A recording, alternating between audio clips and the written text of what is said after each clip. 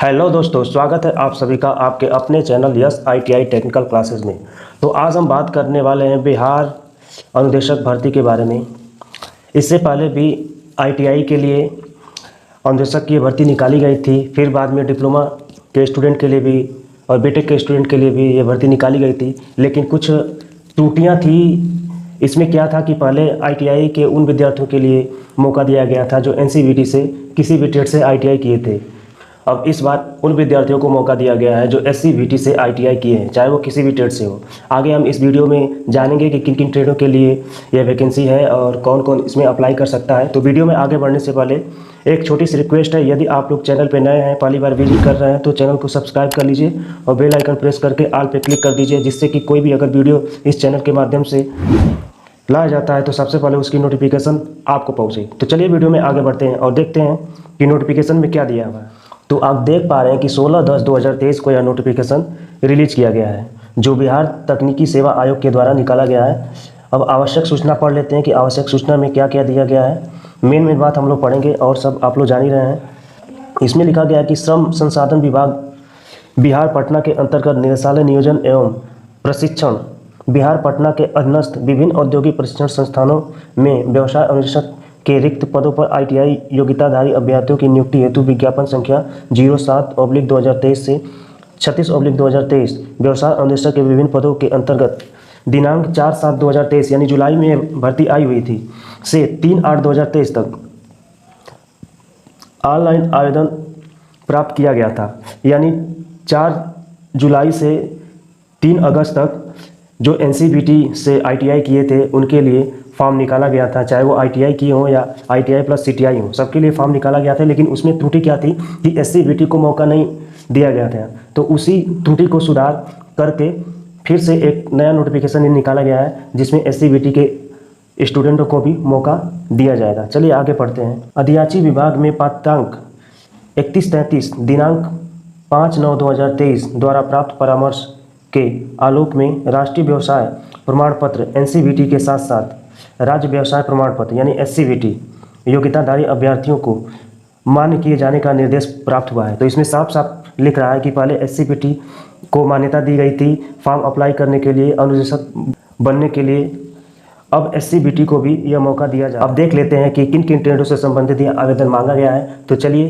देखते हैं। तो पहला जो आपका ट्रेड है वो है मशीनिस्ट। तो मशीनिस्ट से जो भी SCVT से ITI किए हैं, जिनके पास व्यवसाय में राष्ट्रीय प्रशिक्षण प्रमाण पत्र या राष्ट्रीय व्यवसाय प्रमाण पत्र है, तो इस फॉर्म को अप्लाई कर सकते हैं। और इसमें लिखा है प्रमाण पत्र क्या होना चाहिए, तो SCVT का प्रमाण पत्र आपके पास में होना चाहिए। अब आगे देखते हैं। राष्ट्रीय व्यवसाय प्रमाण पत्र NTC, राज्य व्यवसाय प्रमाण पत्र SCVT, प्रशिक्षुता प्रमाण पत्र के लिए प्राप्त अंकों के प्रतिशत का 20 अंक प्रत्येक अभ्यर्थी को दिया जाएगा। यानी जो आप ITI कर रखे हैं, ITI का एक परसेंटेज में मेरिट बनाएगा और उसके अनुसार आपको 20 अंक जो आपका मेरिट बनेगा, जो आप एग्ज़ाम देंगे उसमें आपका जुट जाएगा। तो जो पहले नियम था वही नियम यहाँ भी लागू होगा। अब आगे देखते हैं और कौन कौन से ट्रेड के लिए है। तो यहाँ पे देखिए refrigeration and air conditioning technician trade के लिए भी यहाँ पे वैकेंसी निकाली गई है। ड्राफ्टमैन मैकेनिकल के लिए भी वैकेंसी निकाली गई है। फीटर ट्रेड के लिए भी यह वैकेंसी है। ये जितने भी ट्रेड हम बता रहे हैं ये SCVT के स्टूडेंटों के लिए है, जिन्होंने अभी तक फॉर्म नहीं भरा था, जिनको मौका नहीं मिला था। तो आपका ये टर्नर हो गया। तो यहाँ पे आप देख पा रहे हैं कि ट्रैक्टर मैकेनिक के विद्यार्थियों को भी मौका दिया गया है और मैकेनिक ऑटो बॉडी पेंटिंग के स्टूडेंट को भी मौका दिया गया है। वहीं देखें तो मैकेनिक ऑटो बॉडी रिपेयर के लिए भी मौका दिया गया है।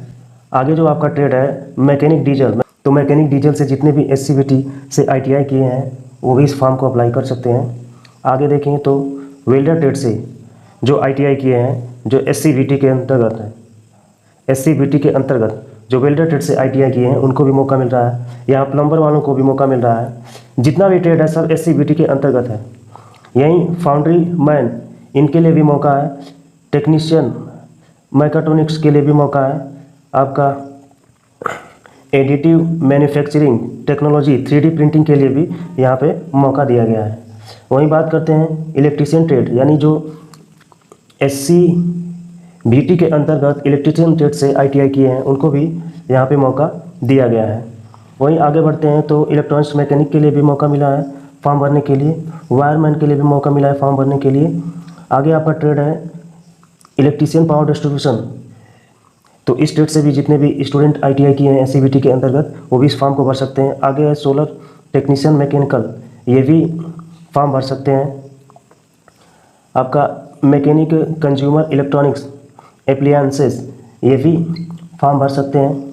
आगे आपका ट्रेड है internet of things IoT technician smart agriculture, ये लोग भी इस फॉर्म को भर सकते हैं।